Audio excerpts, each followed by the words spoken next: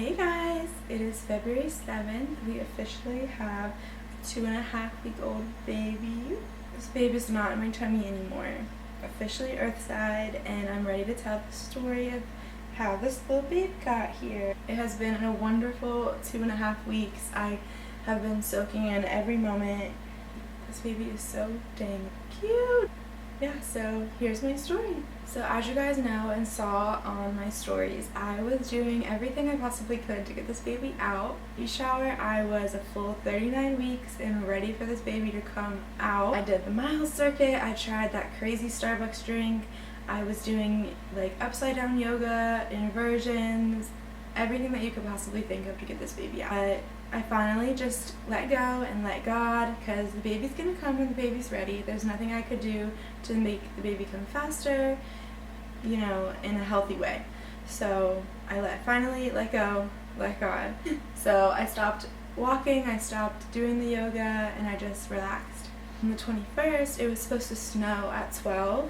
So I said, you know what, this is the perfect day to just relax, not do anything, just hang out with the babies, just relaxed, took it easy. So 12 o'clock came and it wasn't snowing yet.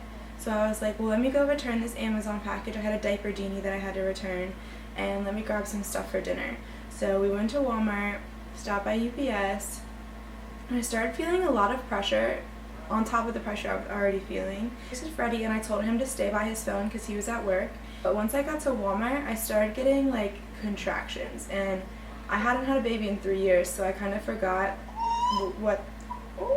I was actually on the phone with my dad, and I was like, hey, I kind of gotta go. I gotta check out because I'm pretty sure I'm having contractions right now. So I texted Freddie and I told him, I said, I'm pretty sure these are contractions. They're not consistent enough that I could time them, but they're feeling pretty real. We left Walmart, and I was like, well, let me grab some Starbucks since I'm probably going to be up for a little minute. I wasn't sure how long I was going to be laboring for, and I wasn't even sure if this was labor. So we got to Starbucks, and I was feeling like these are pretty consistent. I texted my midwife, I said, hey, pretty consistent, feeling a lot of pressure, I'm running my errands, I'm finishing them, let me go home, I'll let you know. So we got home. Second we walked in the door, I threw a pizza in the oven for Anaya and Amari. I was like, let me get them settled so I can focus on whatever's going on here. At that point, they started getting real. They were probably lasting about 30 seconds and coming every 3 to 4 minutes. So I texted my midwife again, I said, hey, these are actually pretty consistent, I'm timing them now. And she texted me back right away and was like, oh, so this is real. I was like, I think so. So she said, I'll be there in about 45 to an hour. Her assistant was already on the way, she's a little bit closer, and Freddie was about 20 minutes from walking in the door. So he got here, I started just setting the vibe. So I brought my salt lamp out, put my diffuser on with some lavender, and I told the babies, I said, hey, I don't know if the baby's coming or not. The baby might be coming right now. Mommy's feeling a lot of pressure and contractions because we had talked to them about how it was going to go.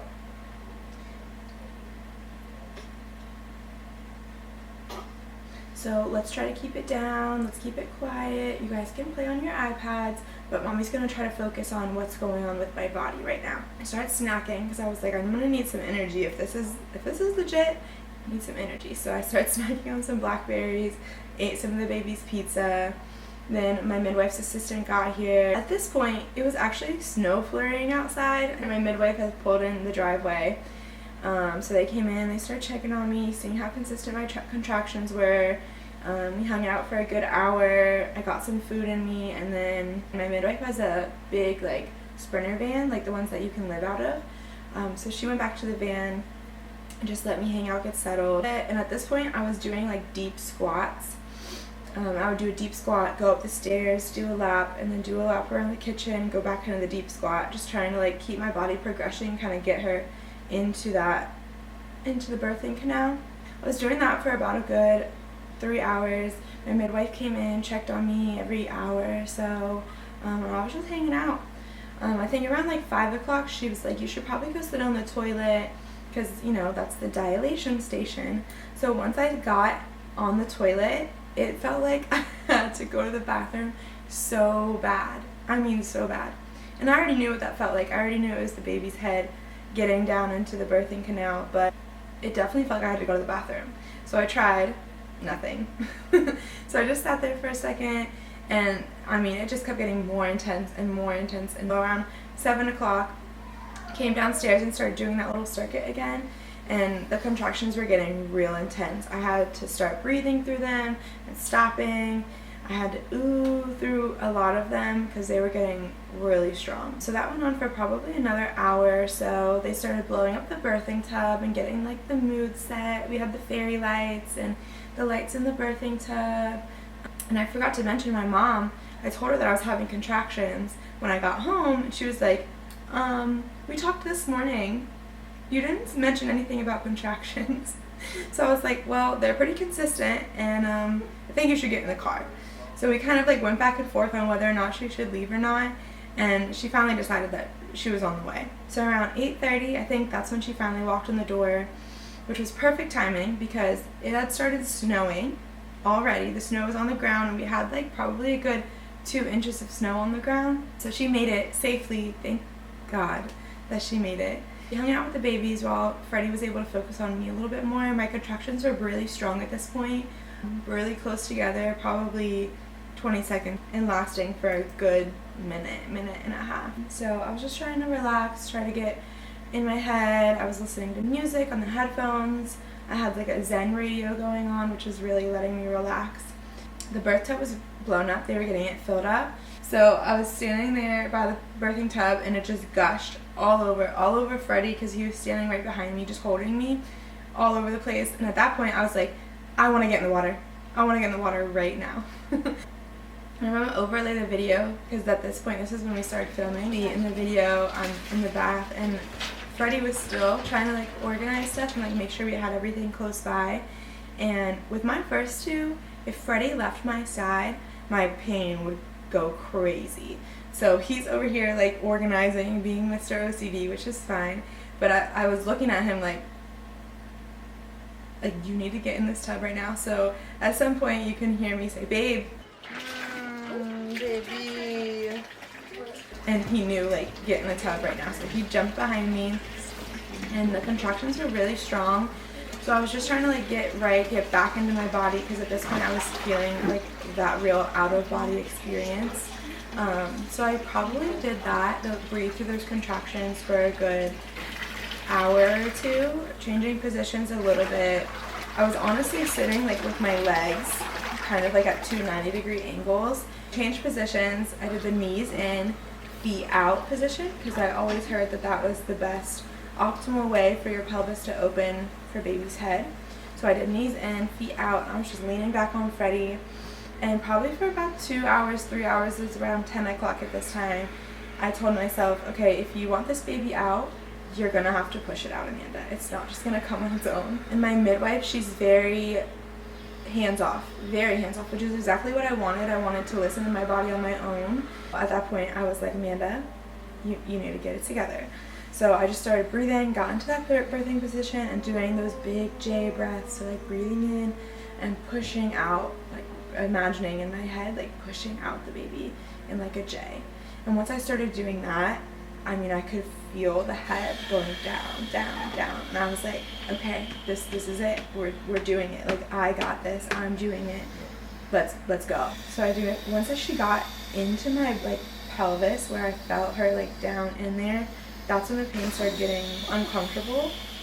But I finally got like a good minute where the contractions were off, and I was able to come back into my body, take a rest, really focus, lock in, and be like, okay, we're gonna get her out in these next 4 pushes. Literally, deep breath, push out, and I could feel her head, like that ring of fire. You know, if you're a mom, you know the ring of fire. So I think at some point, I don't know if we got it on video, but I was like, I need encouragement. Like, I'm sitting on the side of the birthing pool, and I'm like, okay, I really need encouragement right now. And they're all looking at me like, you got this. Like, I need some encouragement. You're doing great, girl. You're so close. Just lean into it. Don't run away from it. Good job. You're doing great, man.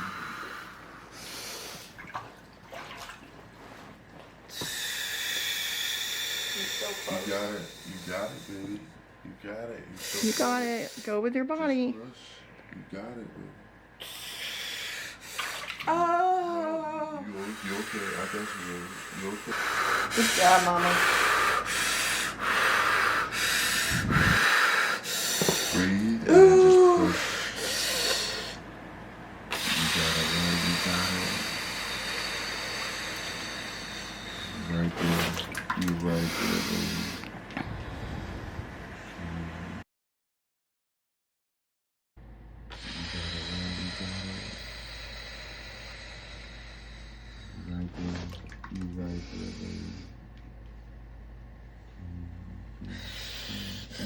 Ooh, okay. I know. Oh, I know, okay. baby. I see. You're so close. It's there. Come on, baby. Push. The hand is out. Baby, push. I'll push the next time. Come on out. Good job. Baby rotating. I'm so proud of you. You doing it, baby. You doing it. Keep going, baby. Keep going, baby. Keep going. Oh. Come on. There you go. Oh, baby, you did it. You did it. Happy birthday. You did it. Oh. You did it, baby. Hi, baby. Hi, baby. Is it a boy or a girl? Hi, baby. Oh, hi. Aww. Perfect. Did it. Good job. Oh, we did it, babe. We did it. You did it. Oh, we did it, baby. We did it. You did it, baby. Oh my God, we did it. Oh. That was You amazing. did that, baby. Girl. You did. You ready to see? You ready to see? This is the gender reveal right now. Wait a minute. I got video of this. I know you grabbing his feet. You're grabbing his feet. Gender reveal. Let's see, love. God. Oh, It's a girl. It's a girl. I knew it. I knew it. Just the way she I was think we all. yeah. So it was so magical. I couldn't have asked for a better birthing experience, labor experience. Everybody that was supposed to be here was here. The babies, they tried to hang as long as they possibly could. I wasn't really strict on bedtime because I wanted them to, of course, see their baby sibling get born, but I knew it was late and I didn't know when this baby was gonna come. So around 10:30 they both crashed. Once I had her on my chest, I told my mom, I was like, wake up Anaya right now. So she tried her best to, like, she dragged her over here and she's like a zombie. And she's like, no, like, you got your sister's here. And she's out. She's not coherent at all. So I was like, it's fine. She'll just see her in the morning. It's alright. Just let her sleep. It was amazing. We got to hang out in the pool for a minute and just soak her up. We got her to latch. She was instantly like trying to latch. So we did that for a minute, and then when I was ready, we went upstairs, got in bed, and she was still attached to the placenta because I hadn't birthed it yet. So we were going to do delayed cord clamping. The cord stopped pulsating, let it turn white, so all the nutrients go back into baby. So then at that point, we went ahead and told Freddie, okay, it's time to cut.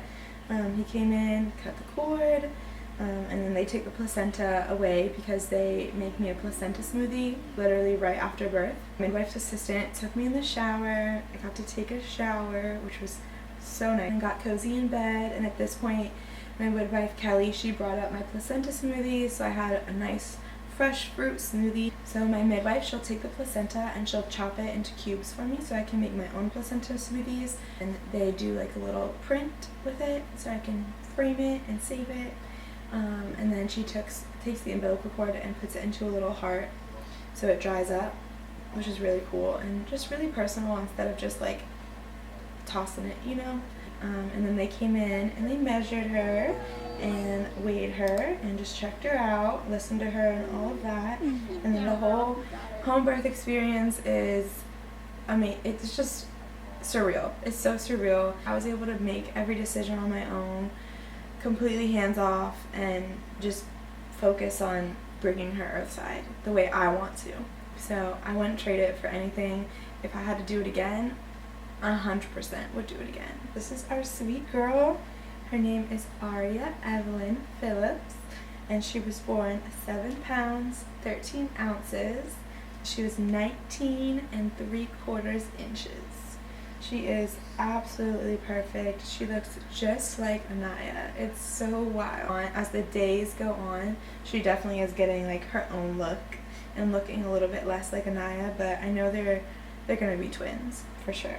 She is so precious. She's sleeping good, eating good. She has gained way past her birth weight, so I'm very proud of her and proud of myself.